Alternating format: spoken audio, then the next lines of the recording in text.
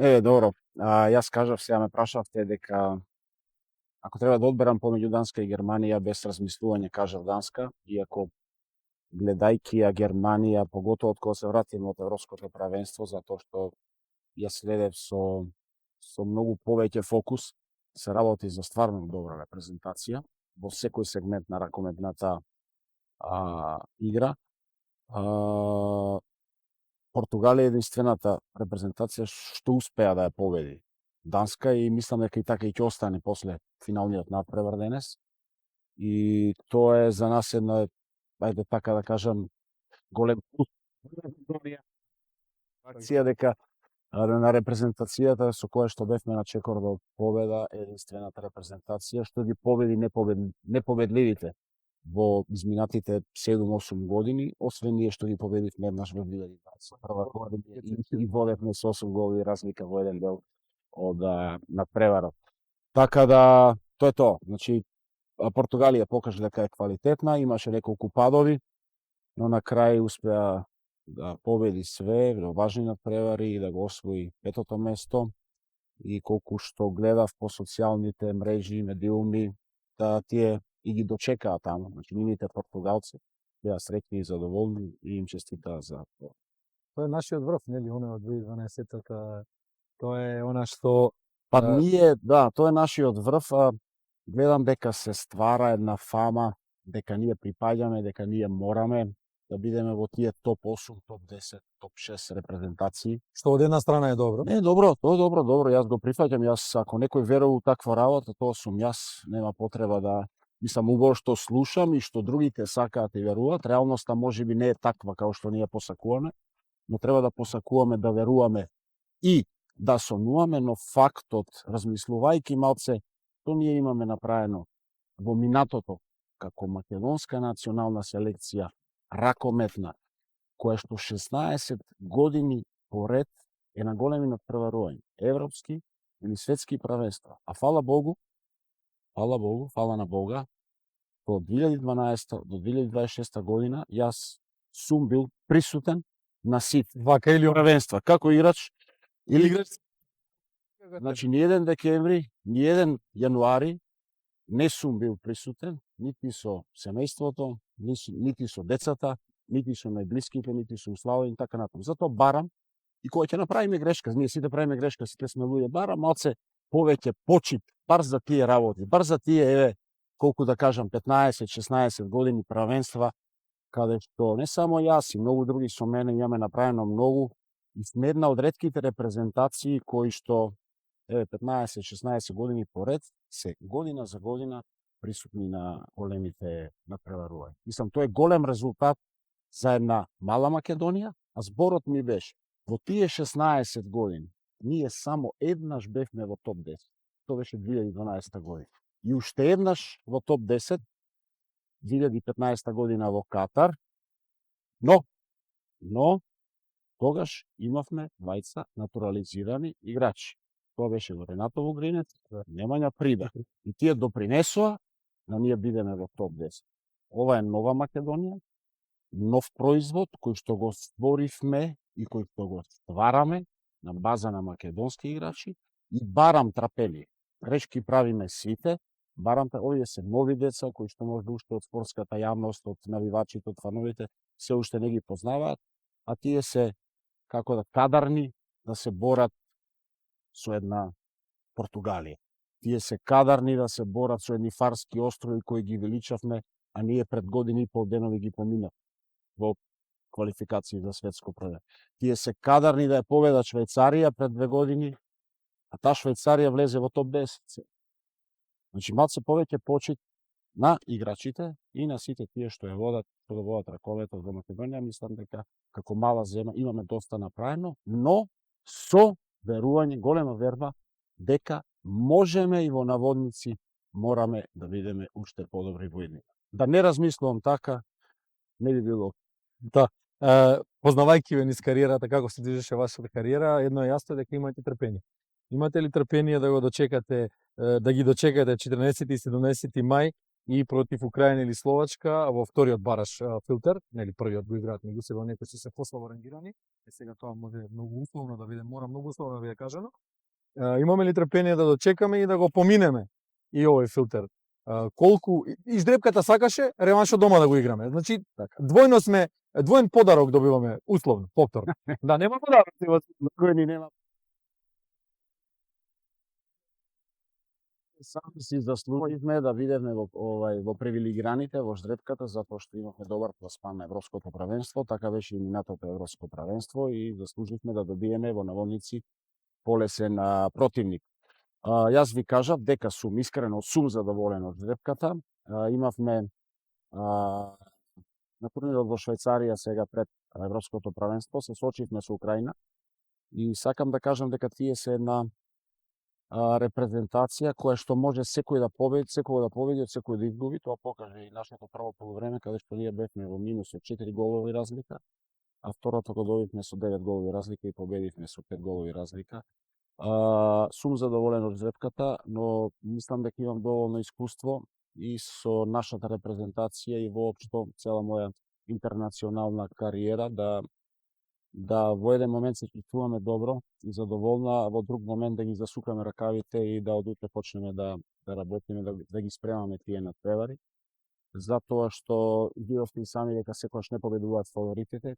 Ние ќе бидеме прогласени за фаворит во тие надпревари, во два надпревари, но максимално сериозно ќе ги сватиме тие надпревари и не треба било кој од нас да помисли да се опушти и треба да го зграбчиме, да ја зграбчиме шансата да се пласираме и на следното светско првенство кој ќе се одржува во јануари во Германија. Селекторе, оној подарок беше оценет врз основа на она што тешко, макотрпно, пожртвувано се одработе до сега.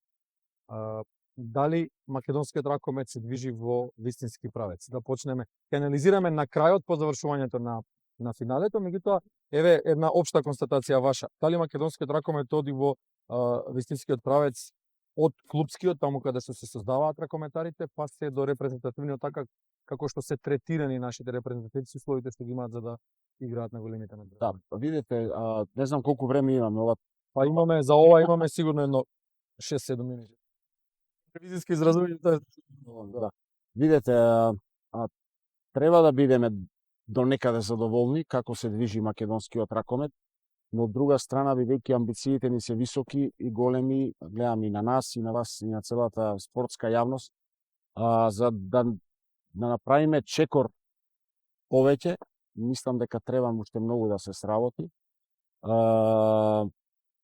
Веќе гледате дека нашата лига се прогласува за една од најдобрите лиги во Европа, во топ 5 лиги во Европа, со оглед на тоа дека веќе имаме 4 екстра квалитетни клубови, од кои 4 клубови, во 2 клубови носат многу македонски репрезентативци, тоа се Алкалуит и Еврофарм Пелистер, и другите 2 клуба кои исто се врвни, се Вардар и Охрид, но мислам дека таму имаме многу мал избор на македонски репрезентативци.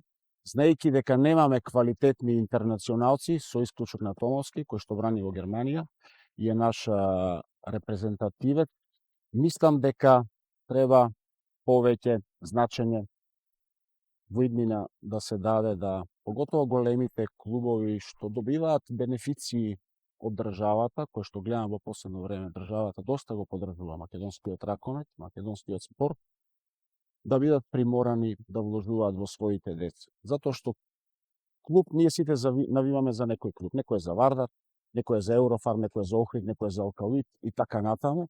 Меѓутоа, националниот тим е најважен од сите.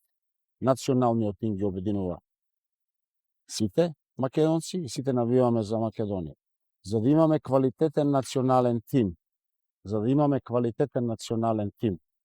бидејќи немаме интернационалци и врвни играчи кои што играат и во Германија, и во Франција, кои што имаат другите репрезентации, ние овие врвни 4 тима треба да бидат приморани да инвестираат во своји играчи и да создаваат своји играчи, бидејќи добиваат доста поддршка од нашата држава за спортот. И само така размислувајќи, мислам дека можеме да изградиме компетитивен национален тим, што еден ден ќе се бори можеби и за некои одлични одличие или најмалце ќе биде во тие топ 10 репрезентации во Европа и во свет.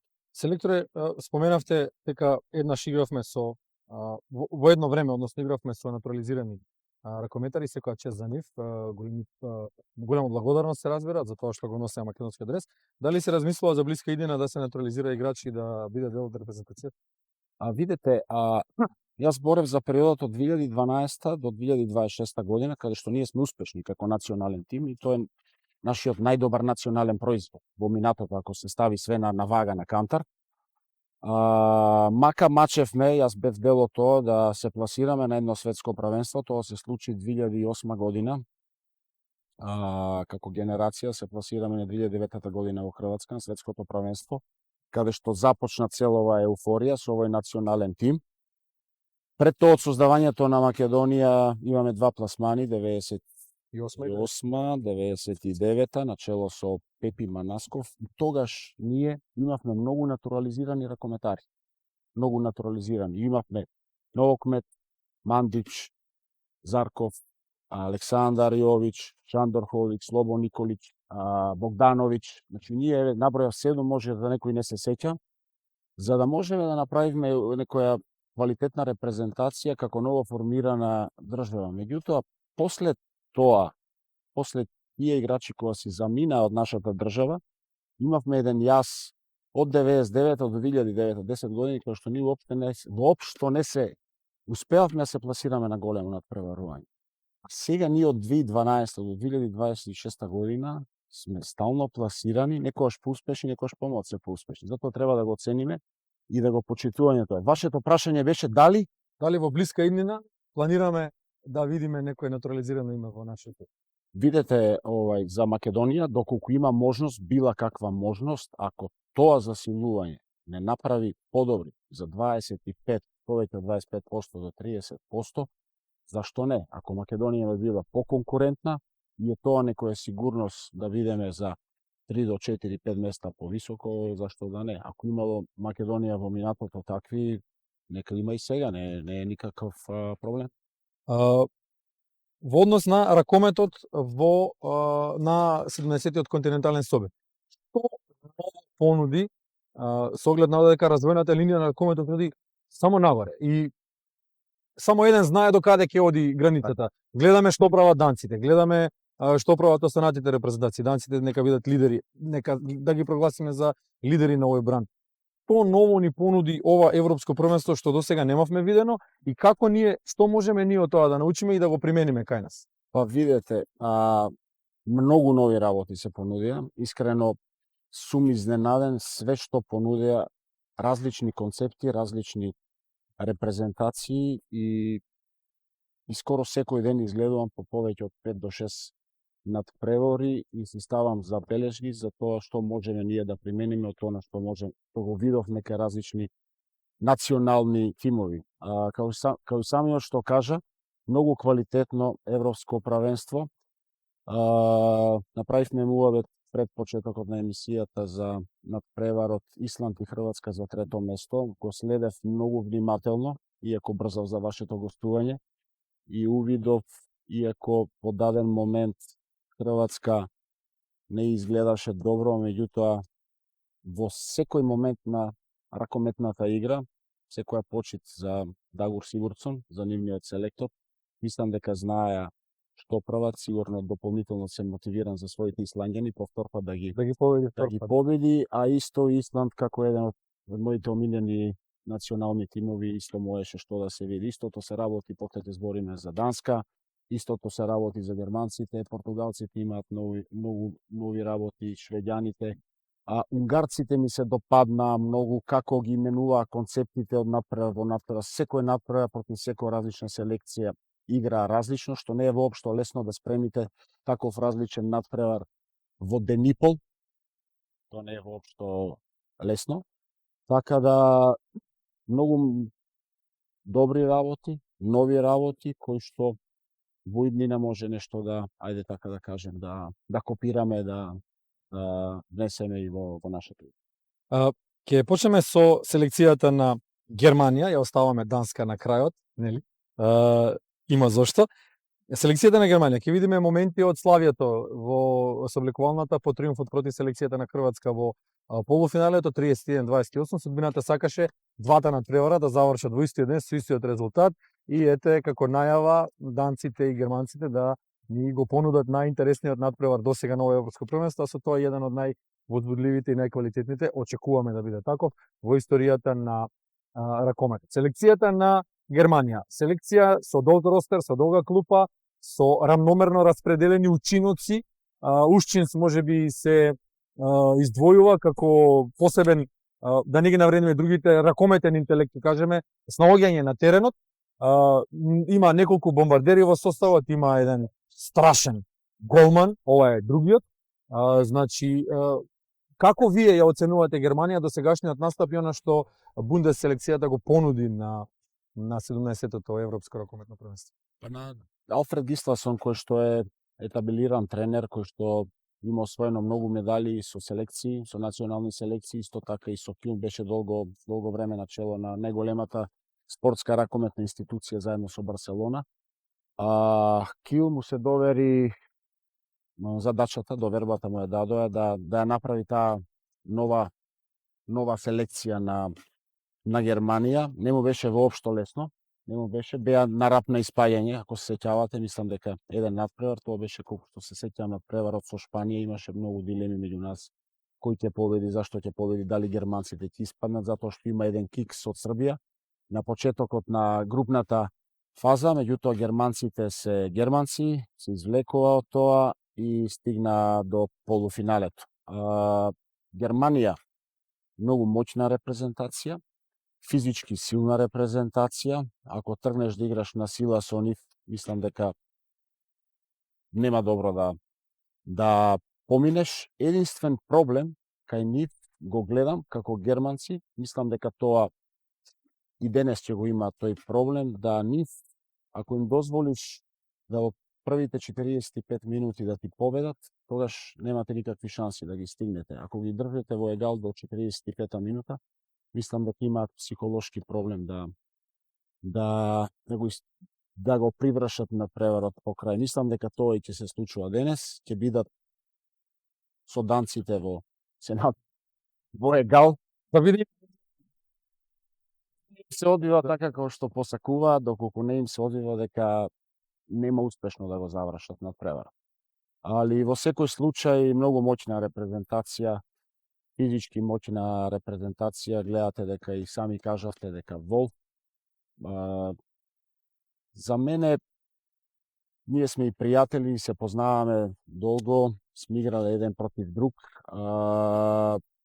Како да ви кажам, одличен голман, неконстантен голман, но исто и како во 2016 година, кога германците со таа млада селекција триумфираа во Полска, таму беше Дагор Сигурдсон селектор, исландјанецот сега што ги води краватите. Он се истакна. Мислам дека националниот тим го инспирира и е во една добра форма. Е многу инспириран да брани, ќе видиме денес како ќе биде во двобојот со Емил Мјусен, кој што многу повише го почитувам како голман и како константа, константа, да видиме како ќе заврши тој дуел денеска, али во секој случај за мене очекувана Германија во полуфинале, не и во финале. Јака, моќна Германија, физички добра Германија. Ако не знаеш да се спортиставиш со неа, со начин на игра, следува пораз. Доколку знаеш како да се спортиставиш, можеш да им направиш многу проблем. Само еден збор, едно име ќе издвоиме. И таков нека биде одговорот. Волф или Кнор, кој ќе биде X-фактор на германците денеска? Гледајќи статистика пред надпреварот, и они веќе одигра еден надпревар, мислам дека во вториот дел на правенството, таму данците го победија со 31-26. Видов дека статистички Кнор лошо поминал и очекувам, ако треба да издвојам еден од нив, би го издвоил Кнор. Добро, кај данците кого би издвоиле? Кај данците како X-фактор, бидејќи Емил Милсен имаше слабо полуфинале и беше критикуван јавно пред аудиториум од неговиот селектор, затоа што очекуваше повеќе од него, имаа проблеми со исландјаните. Пред Гицел би го издвоил Емил Милс. Како да се сопре Гицел? Човекот може да помине и низ најмалата пукнатина на светот. Колку минути имаме?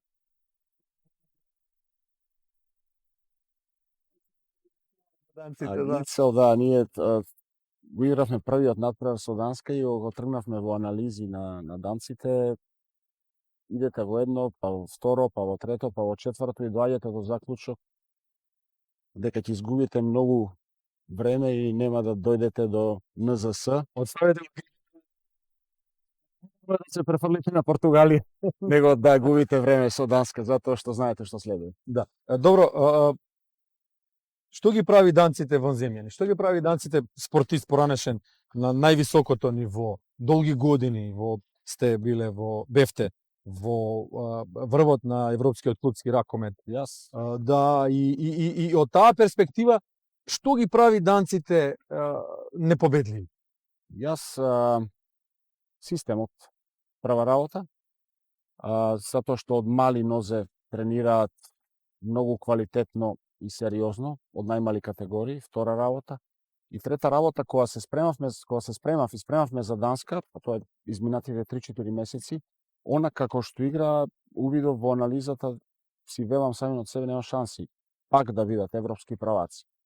Кога го одигравме надпреварот против нас, видов колку многу елементи од материјалите што ги имавме од старата Данска, што играше на претходното светско правенство и во текот на годината, колку нови елементи има уфрлено. Сакам да кажам дека, пошто немаме многу време, дека не играат стално исто, од секое правенство имаат или помала или поголема надоградба со оглед на тоа кои играчи ги внесуваат и на кои играчи каков систем одговара на игра.